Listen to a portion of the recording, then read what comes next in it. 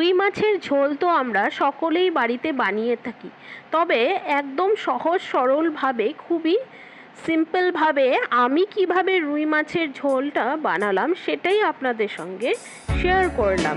নমস্কার বন্ধুরা, welcome to Soma simple kitchen. তো চলুন দেখে নেওয়া যাক বন্ধুরা আমার আজকের ভিডিওটি রুই মাছের পাতলা ঝোল। প্রথমে আমি মাছগুলোকে খুব সুন্দরভাবে ধুয়ে পরিষ্কার করে নিয়েছি। তারপর এখানে 1 চামচ পরিমাণ লবণ আর 1 চামচ পরিমাণ হলুদ দিয়ে মাছগুলোকে ভালোভাবে মেখে নেব।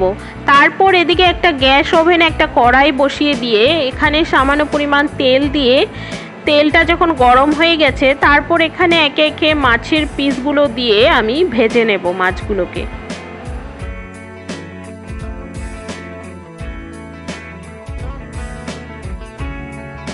মাছগুলোকে অপর সাইডে উল্টে দেব যাতে দু সাইডেই খুব সুন্দর করে ভাজা হয়ে যায়। মাছটিকে খুব সাবধানে উল্টোতে হবে কারণ মাছগুলো যাতে ভেঙে না যায় সেই দিকেও আমাদের নজর রাখতে হবে।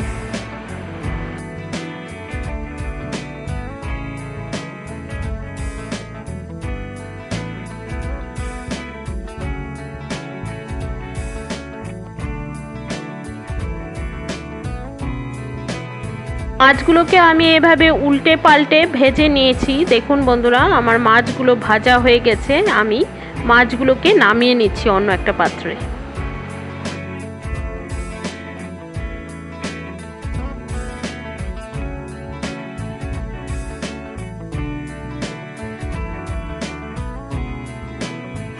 তারপর আমি বাকি মাছগুলোও আমি সুন্দর করে ভেজে নেব একে একে।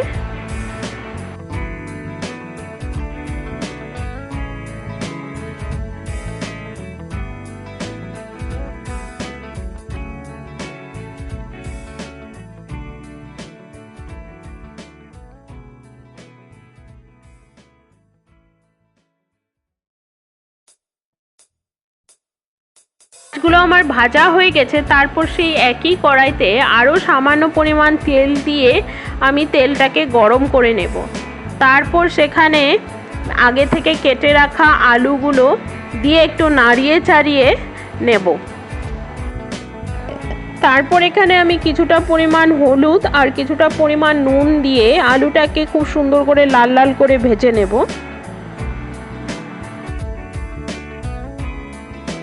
আলুগুলো আমার ভাজা হয়ে গেছে, আমি কড়াই থেকে তুলে নিচ্ছি আলুগুলোকে। তারপর সেই একই তেলে আমি কিছুটা পরিমাণ কালো জিরে ফোড়ন দিয়ে দিলাম। কালো জিরে ফোড়ন দিয়ে তারপর দুটো পেঁয়াজকে আমি একটা গ্রেটারের সাহায্যে গ্রেট করে রেখেছিলাম পেঁয়াজগুলো দিয়ে দিচ্ছি। পেঁয়াজগুলোকে একটু নাড়িয়ে চাড়িয়ে নেব কালো জিরের সাথে। দিয়ে দিচ্ছি এখানে 3টে কাঁচামরিচ, আমি বেশি ঝাল দিচ্ছি না। 3টে কাঁচামরিচ দিয়ে আবারও পেঁয়াজের সাথে নাড়িয়ে নেব। আর দিয়ে দিচ্ছি এখানে 1/2 টেবিল চামচ লবণ আর 1/2 টেবিল চামচ হলুদের গুঁড়ো দিয়ে সব কিছুকে আবারও ভালো করে ভেজে নেব। একটা টমেটোকে আমি টুকরো টুকরো করে রেখেছিলাম, সেই টমেটোটাও দিয়ে সব পেঁয়াজের সাথে সব মশলাগুলোকে একসাথে ভেজে নেব।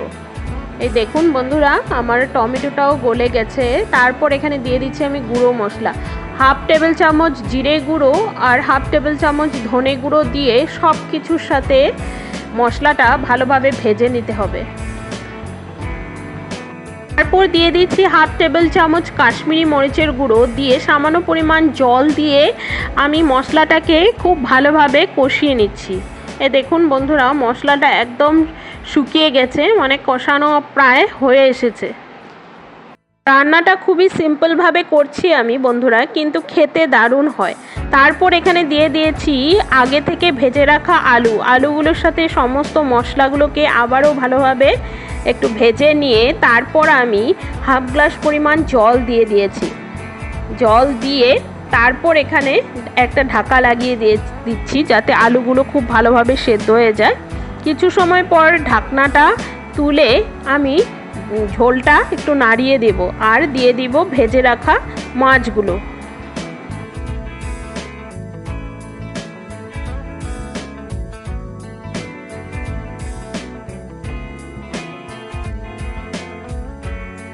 মাছগুলো দিয়ে আমি ঝোলের সাথে খুব সুন্দরভাবে মাছগুলোকে মিশিয়ে নিচ্ছি, যাতে মাছগুলোর ভেতরেও ঝোলটা ভালোভাবে ঢুকে।